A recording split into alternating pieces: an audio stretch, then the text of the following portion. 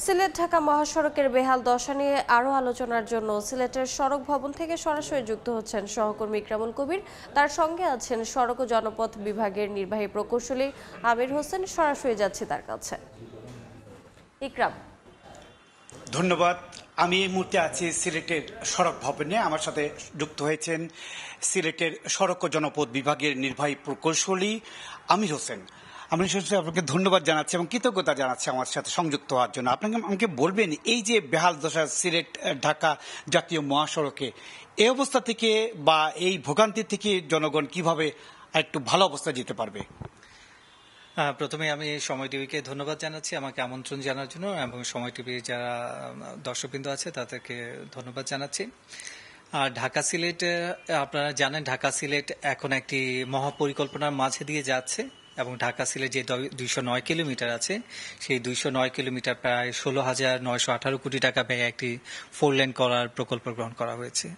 তো আমরা যদি এইটার একটু পিছনের দিকে যাই, যে সিলেট অঞ্চলে প্রচুর বৃষ্টিপাত এবং ভারী গাড়ি চলাচল করছে, এবং সিলেট অঞ্চলে যে সড়ক ক্ষতিগ্রস্ততা যা যা উপকরণ দরকার সবই সিলেট অঞ্চলে রয়েছে, এবং সেটা সিলেট ঢাকা সিলেট রোডে সেটা রয়েছে, এই ক্ষতিকর প্রভাবগুলো রয়েছে। তো সেই কারণেই এই প্রকল্পটা কিন্তু গ্রহণ করার উদ্দেশ্য হচ্ছে এই ক্ষতিগ্রস্ততা থেকে কিভাবে আমরা দ্রুত বের হয়ে আসতে পারি। এখন আমাদের এই ধরনের প্রকল্প করতে কি ধরনের সময় লাগে, এটা যদি আমরা দেখি, আমাদের এর আগে ঢাকা চট্টগ্রাম হয়েছে, এর আগে ঢাকা রংপুর, ঢাকা ময়মনসিংহ হয়েছে। তো এই ধরনের প্রকল্প শেষ হতে প্রায় 4 বছরের মতো সময় লাগে, এবং নির্মাণকালীন সময়ে যেই ধরনের একটু যে যানজট বা সড়কের ক্ষতিগ্রস্ততা বৃদ্ধি পায়, এটা আমরা দেখেছি, আমাদের এক্সপিরিয়েন্স আছে। তা এখন এইটা থেকে আমরা যেই সমস্যাটা হচ্ছে, আগে যেখানে 5 ঘন্টায় যাওয়া যেত এখন বেশি সময় লাগছে, এইটা থেকে কিভাবে আমরা উত্তরণ পেতে পারি।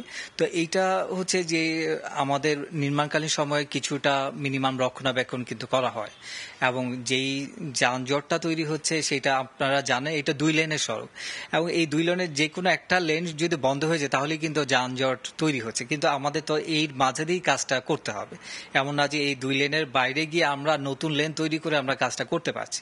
এবং যে সমস্ত জায়গায় নতুন স্ট্রাকচার তৈরি হচ্ছে, ব্রিজ কালভার তৈরি হচ্ছে, সেই সমস্ত জায়গায় কিছুটা সাময়িক যে ভোগান্তি সেটা আমাদের স্বীকার করে নিতে হবে। সেক্ষেত্রে আমরা 6 লেন সিলেট ঢাকা 6 লেন যে কাজ হচ্ছে, সেই কাজের ক্ষেত্রে জমি একোয়ারের ব্যাপারটা একটু কারণে বিলম্ব হচ্ছে। আমরা জানি যে সিলেট অঞ্চলের বা সিলেট জেলার যে জমি একোয়ার এখনো হচ্ছে না, এটি কোন পর্যায়ে আছে? জি, জমি অধিগ্রহণের যে প্রক্রিয়াটা, এটা খুবই জটিল। আপনারা সবাই জানেন আমাদের এই ঢাকা সিলেটের যে মহাসড়কটা আছে, এটাতে 7টি জেলা রয়েছে। আপনি নারায়ণগঞ্জ, নরসিংদী, কিশোরগঞ্জ, ব্রাহ্মণবাড়িয়া, মৌলভীবাজার, হবিগঞ্জ এবং সিলেট, এই 7টি জেলা। এই 7টি জেলার মাঝে প্রায় 40,000 কাঠার উপরে জমি কিন্তু আমাদের কিনতে হচ্ছে। তো আপনারা নিশ্চয়ই যারা ব্যক্তিগত জমির মালিক আছে তারা নিশ্চয়ই বুঝতে পারবেন এই জমি কেনাটা কতটা জটিল। আর যদি সেই দলিলপত্র বা জমির কাগজপত্র যদি পুরনো হয় তাহলে জটিলতা আরো বৃদ্ধি পায়। তো সিলেট অঞ্চলে দেখা গেছে যে যে রেকর্ড ছিল, এই এসএ রেকর্ডের পরবর্তীতে বিএস রেকর্ডটা এটা রিসেন্টলি হয়েছে, এবং সেই কারণে সিলেট অঞ্চলে জমির রেকর্ডে কিছু জটিলতা রয়েছে। তারপর আমরা খুব আশাবাদী যে এই বছরের ডিসেম্বর নাগাদ আমাদের 5টি জেলার ভূমি অধিগ্রহণ কার্যক্রম সম্পন্ন হবে, এবং সিলেট এবং হবিগঞ্জ জেলার 80% ভূমি আমাদের অধিগ্রহণ সম্পন্ন হবে, এবং এই যে বাকি যে 20% বাকি থাকবে সেটিও আমরা আশা করছি আগামী জুন মাসের মাঝে আমাদের সম্পন্ন হয়ে যাবে। সেক্ষেত্রে সিলেট থেকে যে তামাবিল হয়ে জাফলং পর্যন্ত যে জাতীয় মহাসড়কটি চলে গেছে, এই মহাসড়কের কিন্তু খুব একটা ভালো অবস্থা নাই। পর্যটক যারা আছে তারা, পর্যটকরা বিভিন্ন সময় আমাদের কাছে কমপ্লেন করে এই সড়কের কারণে সিলেটে আসতে তারা চাচ্ছেন না। এই অবস্থা থেকে পর্যটকদের জন্য একটু উত্তরণ করার কোনো পরিকল্পনা আছে কিনা? আমাদের এই যে 16,000 কোটি টাকা প্লাস সিলেট তামাবিলে কিন্তু এটা আলাদা একটি প্রকল্প, এখানেও প্রায় 3,600 কোটি টাকায় এই যে ইনভেস্টমেন্টটা করার উদ্দেশ্যটাই হচ্ছে এই পর্যটক বান্ধব একটা সড়ক নির্মাণ করা। তো যেহেতু সিলেটের এই সড়কটা ক্ষতিগ্রস্ততার পরিমাণ বৃদ্ধি পেয়েছে, সেই কারণে এই প্রকল্পটা কিন্তু গ্রহণ করা হয়েছে। তো আমাদের সেই নির্মাণকালীন সময়ে সেই সাময়িক অসুবিধাটা সবাইকে একটু মেনে নিতে হবে, এবং এই ক্ষেত্রে প্রকল্প যারা বাস্তবায়নকারী কর্তৃপক্ষ আছেন তারা অবশ্যই সচেষ্ট হবেন কিভাবে এই লিমিটেশনের মাঝে থেকে এই ভোগান্তিটা আমরা কমায় নিয়ে আসতে পারি। তো আমরা আশা করছি যে প্রকল্পটা শেষ হলে যেই একটা যুগান্তকারী সড়ক হবে এবং পর্যটক সংখ্যা ইতিমধ্যে বৃদ্ধি পেয়েছে এবং এইটা আরো অনেকাংশে বৃদ্ধি পাবে বলে আমরা আশা করছি। সেক্ষেত্রে সিলেট হচ্ছে কি দ্বিতীয় জাতীয় মহাসড়ক এবং আন্তর্জাতিক করিডোর আমরা যেটা বলে থাকি, তামাবিল ওদিক দিয়ে হচ্ছে কি সুতারকান্দির দুইটা বড় স্থলবন্দর দিয়ে বাংলাদেশে বিভিন্ন পণ্য পরিবহন হচ্ছে বা পাথর পরিবহন হচ্ছে। সেক্ষেত্রে সড়কের বেহাল দশা, সেইটি মাথায় রেখে কি এখন এই যে 6 লেনকে আপনারা যে উন্নয়ন করছেন বা 6 লেনের যে অবকাঠামো উন্নয়ন করছে সেটা মাথা রাখা হচ্ছে কিনা? হ্যাঁ হ্যাঁ, অবশ্যই। সিলেটের যেই মানে সিলেটে আপনারা জানেন এশিয়ান হাইওয়ে নেটওয়ার্কটা সিলেটের মাঝে দিয়ে করে প্রবেশ করেছে। আপনার যদি আরো রিজিওনাল যে করিডোরগুলো আমরা চিন্তা করি, বিমস করিডোর, সার্ক করিডোর, এবং ভবিষ্যতে যে আমরা যদি মায়ানমার, থাইল্যান্ডের সাথে, চায়নার সাথে যদি করিডোরগুলো বিবেচনা করি তাহলে এই সিলেটকে ইম্পর্টেন্স অবশ্যই দিতে হবে। এবং শুধু এই কারণেই না, আপনি যদি প্রাকৃতিক সৌন্দর্যের কথা বলেন, যেটা পর্যটন নগরীর কথা বলেছেন, প্রাকৃতিক সম্পদের কথা বলেন, পাথর, গ্যাস, তেল, বিভিন্ন কারণে সিলেটের গুরুত্ব, অর্থনৈতিক গুরুত্ব অপরিসীম।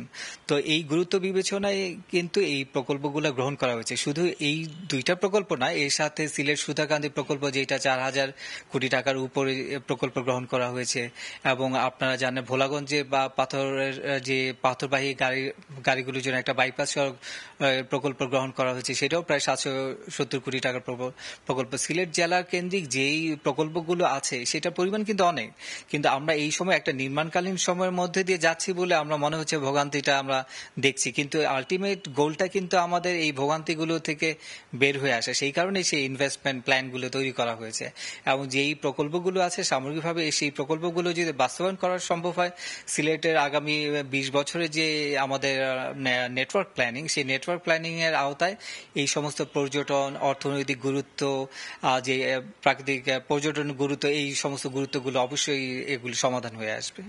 সেক্ষেত্রে মহাসড়কে যে স্কেল বসানোর বিভিন্ন জায়গায় তৈরি হয়ে গেছে স্কেল, যেমন আমরা সুনামগঞ্জ রোডে দেখেছি বা বিভিন্ন জায়গায় শেরপুরে ওখানেও দেখেছি, সেই স্কেলগুলো কবে নাগাদ চালু হবে এবং স্কেলগুলো চালু হলে কি সুবিধা হবে সড়কের?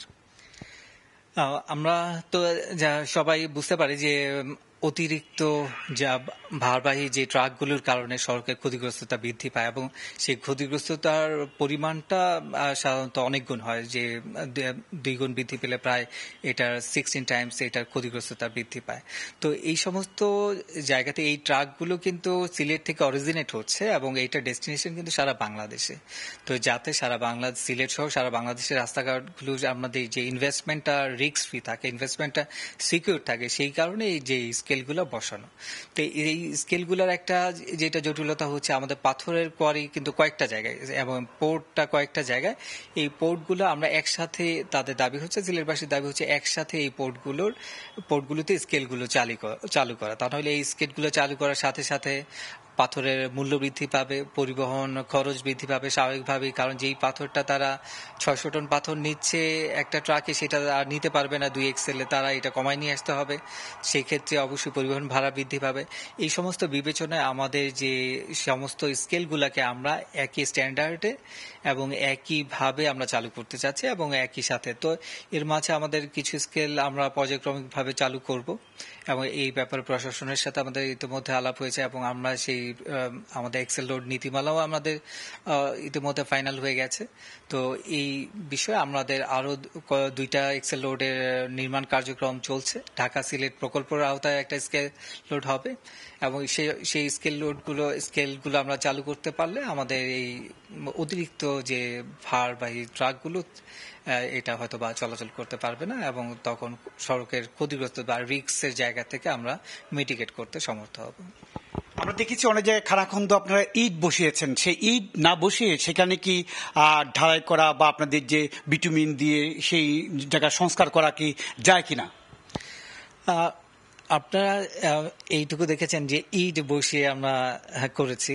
আপনারা মানে এইটা যদি আগের সিনারিওটা আমরা দেখি, যে সিলেটের বাম পাশটা সবসময় যে ভারী ট্রাক চলাচলের কারণে কিন্তু এইটা বিটুমিনাস রাস্তাটাও কিন্তু টেকসই ছিল না, বিশাল বিশাল হাম্প হয়ে যেত, মানে একটু উঁচু হয়ে যেত। এর ফলে কিন্তু সড়কের অ্যাক্সিডেন্টটা প্রচুর হতো।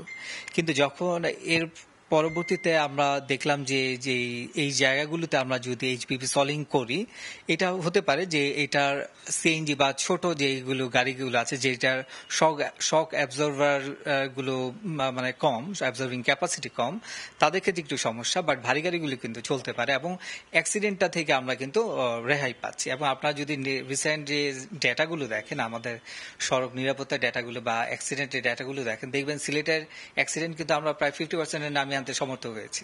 হ্যাঁ, ধন্যবাদ আপনাকে। শুনছিলেন সিলেটের সড়ক ও জনপথ বিভাগের নির্বাহী প্রকৌশলী আমির হোসেন বলছিলেন সিলেট এবং ঢাকা মহাসড়ক সহ সিলেটের জাতীয় মহাসড়কের যেই বিভিন্ন উন্নয়নের যে পরিকল্পনা তিনি শোনাচ্ছিলেন আমাদের এবং এই উন্নয়ন পরিকল্পনা বাস্তবায়ন হলে শুধুমাত্র বাণিজ্যে আন্তর্জাতিক বাণিজ্য বৃদ্ধি হবে না, সিলেটের পর্যটক যারা আছেন সিলেটের তাদেরও যাতায়াত অনেকটা সুবিধা হবে। মোটামুটি এই ছিল সিলেট সড়ক উন্নয়নের সবশেষ খবর।